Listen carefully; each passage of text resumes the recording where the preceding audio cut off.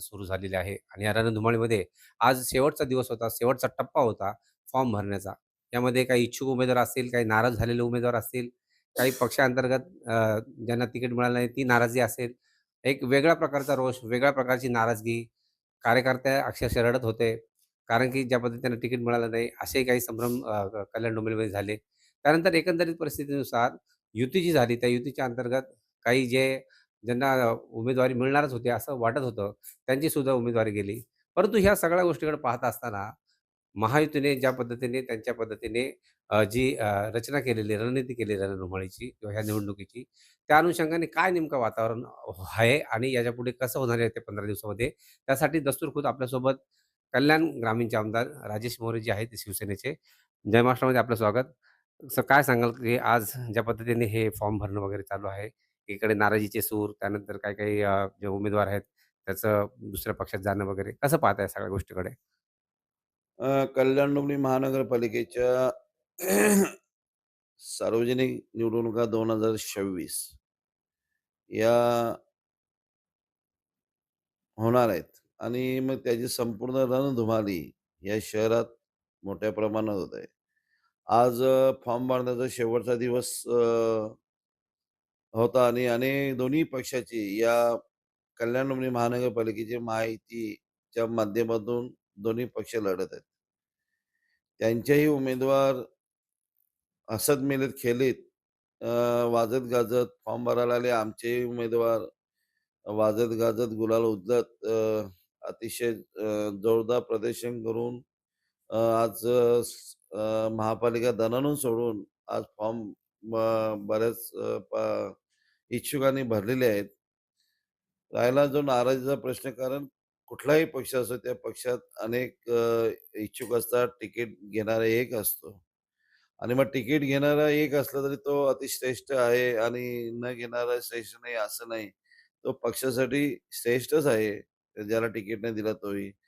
पण कुठेही आज मी बघितलं आज सकाळपासून सर्व केंद्रामध्ये फिरत आहे जिथे-जिथे फॉर्म भरत असताना. असं कुठे एवढी नाराजी कुठेही आढळली नाही. पण जे काही पदाधिकारी किंवा ज्यांना तिकीट मिळालं नसेल ते नाराज झाले असतील. त्यांची समजूत काढली जाईल. त्यांना जो मान-सन्मान आहे, तो पहिल्यासारखा आहे, त्याच्यासारखाच दिला जाईल. त्याबद्दल कुठेही वावगं नाही. पण त्यांची नाराजी दूर केली जाईल. युती झालेली आहे. मात्र त्याचप्रमाणे कल्याण डोंबिवलीमध्ये ठाकरे बँडसुद्धा रिंगणात उतरलेला आहे. त्यामुळे कशा प्रकारची चुरस असू शकते किंवा कसं पाहता या चुरशीकडे? लक्षात घ्या, महाराष्ट्राचे आदरणीय माजी मुख्यमंत्री, सन्माननीय आणि या तमाम महाराष्ट्रातल्या लाडक्या बहिणीचा लाडका भाऊ एकनाथजी शिंदे साहेब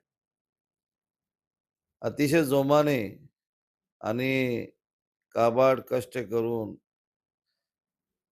जनतेला काय देणं आहे? गोरगरिबाला माझे काय देणं आहे? माझ्या शेतकऱ्यांना काय द्यायचं आहे? माझ्या लाडक्या बहिणीला मी काय दिलं पाहिजे? माझ्या ज्येष्ठांना मी काय दिलं पाहिजे? माझ्या युवकांसाठी मी काय केलं पाहिजे? अशा प्रमाणे हा महाराष्ट्राचा लाडका नेता एकनाथजी शिंदेसाहेब काम करत आहेत. आणि मग दुसरा पक्ष आहे ब्रँड. आम्हाला ब्रँड नाही, आम्हाला काम. आम्ही विकासाची कामं करून दाखवतो. आणि विकासाच्या कामाने आम्हाला या विधानसभेत न भूतो न भविष्य असं आम्हाला एकदम लोकांनी निवडून दिलं म्हणजे एवढ्या मोठ्या मताधिक्याने आणि त्याच्यामुळं आम्हाला विकासाचाच मुद्दा घेऊन जायचा आहे. आमच्याकडे ब्रँड आहे महाराष्ट्रात बिलकुल चालणार नाही. किती जागा भारतीय जनता पार्टी आणि किती जागा शिवसेना लढणार आहेत आणि कशाप्रकारे किती यश संपादन करू शकते शिवसेना यावर सांगा? 122 या कल्याण डोंबिवली महापालिकेत सीट आहेत आणि माझी तर पहिल्यापासून इच्छा होती, की महायुतीतनं आपण लढलं पाहिजेत आणि त्याचप्रमाणे वरिष्ठ नेतेही त्याला आग्रही होते, की बाबा आपण युतीच्या माध्यमातून लढलं गेलं पाहिजे आणि आता युती झाल्यामुळे तुम्हाला मी सांगतो, आमचे 90% सीट या महापालिकेत येतील अशी मला आशा आहे. महापौर कुणाचा? शिवसेनेचा की भाजपचा? त्या वेळेला ठरवलं जाईल. जो कुठला पक्ष आहे, काय वरिष्ठ लेव्हलला त्याची चर्चा झालेली आहे, बोलणी झालेली आहे. त्याच्यावर मी बोलणं योग्य होणार नाही. तो वरिष्ठांचा निर्णय आहे आणि वरिष्ठ त्याच्यावर बोलतील. कोणता मुख्य मुद्दा जो आहे कल्याण डोंबिवलीचा जो घेऊन आपण पुढे जाणार आहात? महापालिकेत बघायला गेलं तर आता चांगले सीसीचे रस्ते झालेले आहेत, अनेक प्रोजेक्ट चालू आहेत.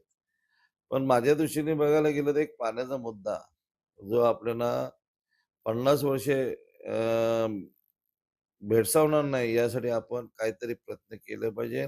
त्यामुळे महापालिकेचं स्वतंत्र धरण उपलब्ध व्हावं आणि ही अशी मागणी पहिल्यापासून महापालिकेकडनं होत होती. मीही केलेली आहे आणि आत्ताच एम-एम-आर-डीच्या माध्यमातून त्याला मंजुरी पण दिली अ, अशी माझी माहिती आहे आणि जर तो पाण्याचा जर प्रश्न सुटला, स्वतःचं धरण कल्याण डोंबिवली महानगरपालिका झाला, तर आपल्याला 50 ते 60 वर्ष पाण्याची चिंता राहणार नाही.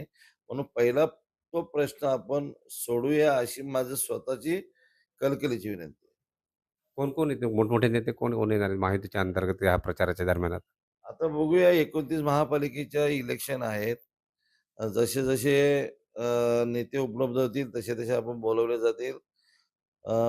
माझ्या माहितीनुसार शिंदे साहेब तर आहेत, खासदार साहेब पण आहेत, उदय सामंत असतील, अ, दादा भुसे साहेब असतील, निलेश राणे साहेब असतील, असे नेते आपले या योगेश कदम साहेब असतील, या महापालिकेत प्रचाराला येण्याची शक्यता आहे.